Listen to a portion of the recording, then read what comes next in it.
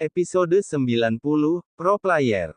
Monitor pendeteksi detak jantung berbunyi seimbang, pertanda kondisi Melissa sudah semakin stabil. Selama kehamilannya entah berapa kali ia masuk rumah sakit karena ulah orang-orang di sekitarnya. Beruntung fisik Melissa termasuk kuat, sehingga tidak membawa pengaruh buruk kepada janinnya. Dokter tampak sedang melakukan USG untuk memantau si utun kembar di dalam rahim Melissa. Syukurlah semuanya stabil, perkembangannya juga bagus, hanya saja air ketubannya sedikit keruh karena si ibu sempat mengalami kembar pengantin. Kembar pengantin? Tanya Farhat dan Melissa hampir serentak, mereka tak mengerti dengan perkataan sang dokter. Iya, kembar sepasang, laki-laki dan perempuan, senyum sang dokter merekah.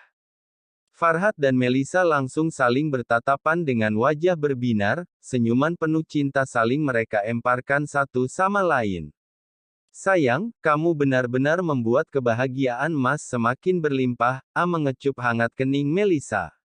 Melissa juga bahagia banget Mas, tersenyum lembut, sungguh hadiah yang sempurna setelah melewati masa yang mengerikan. Ukuran, dokter hendak menjelaskan ukuran si utun, dipotong oleh Farhat. Farhat, Mas yakin pasti wajah dim-dim fotokopi kita berdua banget nih. Melissa, iya Mas. Melissa nggak sabar lihat wajah Farhat dan Melissa Junior.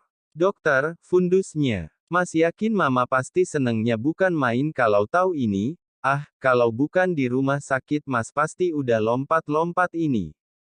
Farhat tampak tak tahan untuk mengekspresikan kebahagiaannya, ia juga terus mencium kening dan pipi Melissa sebagai ucapan terima kasihnya karena sudah memberinya buah hati.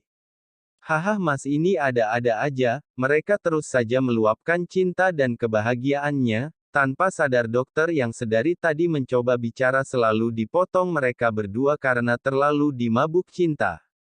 Si dokter hanya bisa mengecapkan bibirnya sambil menunggu Farhat dan Melissa selesai, baru kali ini ia melihat pasangan suami istri yang sangat berbahagia hingga lupa tempat.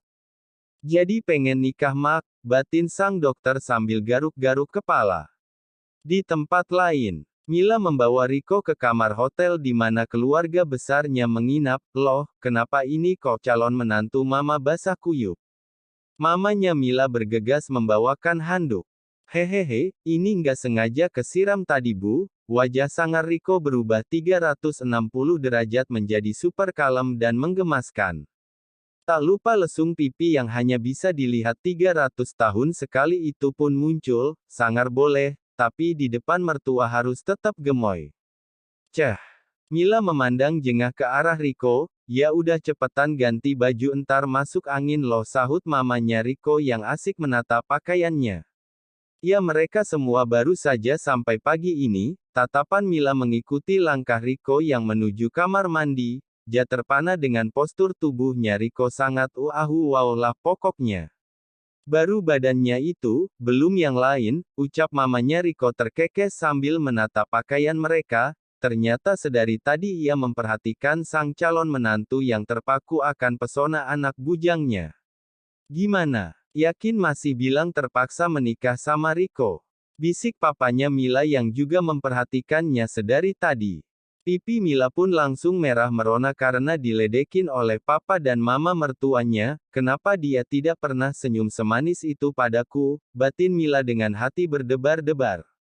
Malam pun tiba. Vino menepati janjinya untuk membantu Zai pindah ke apartemen barunya, ya walaupun tak seluas dan semewah hotel sebelumnya, tapi apartemen ini sangat tepat untuk dirinya yang sedang melarikan diri dari semua orang. Kenapa kau pindah? Tanya Vino sambil membantu Zai menyusun alat kosmetiknya. Ingin mencari suasana baru, lalu apa rencanamu setelah ini? Tanya Vino lagi, entahlah. Mungkin aku akan menghabiskan dulu sisa uangku. Tatapan Zai sangat putus asa, tentu saja. Karir yang bertahun-tahun ia bangun kini hancur dalam sekejap mata. Beruntung di saat-saat seperti ini ia masih mendapatkan semangat hidup dari orang yang ia cintai, ya walaupun orang itu tak mencintainya. Kau tidak ingin kembali bersama orang tuamu? Vino bertanya sangat hati-hati agar tak menyinggung perasaan Zai. Orang tuaku tidak lagi menganggap aku anaknya semenjak aku terjun di dunia modeling.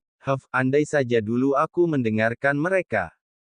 Vino mendekati Zai yang sedang duduk di lantai sambil membongkar kopernya. Hei, dengarkan aku, semua yang terjadi di kehidupan kita, entah itu nasib baik ataupun buruk itu sudah tertulis bahkan jauh sebelum kita dilahirkan. Memang kita dibekali akal sehat untuk memilih jalan yang buruk atau yang baik, tapi untuk yang sudah terjadi anggap saja sebagai pelajaran untuk kita menjalani hidup yang lebih baik ke depannya. Jadi semangatlah, Tuhan pasti menyiapkan sesuatu yang indah di balik semua ini. Sekarang aku punya penceramah yang handal. Zai terkekeh kecil. Vino benar-benar membuat suasana hati Zai menjadi tenang dan adem. Hei, berhentilah membicarakan kesedihan, kau punya wine.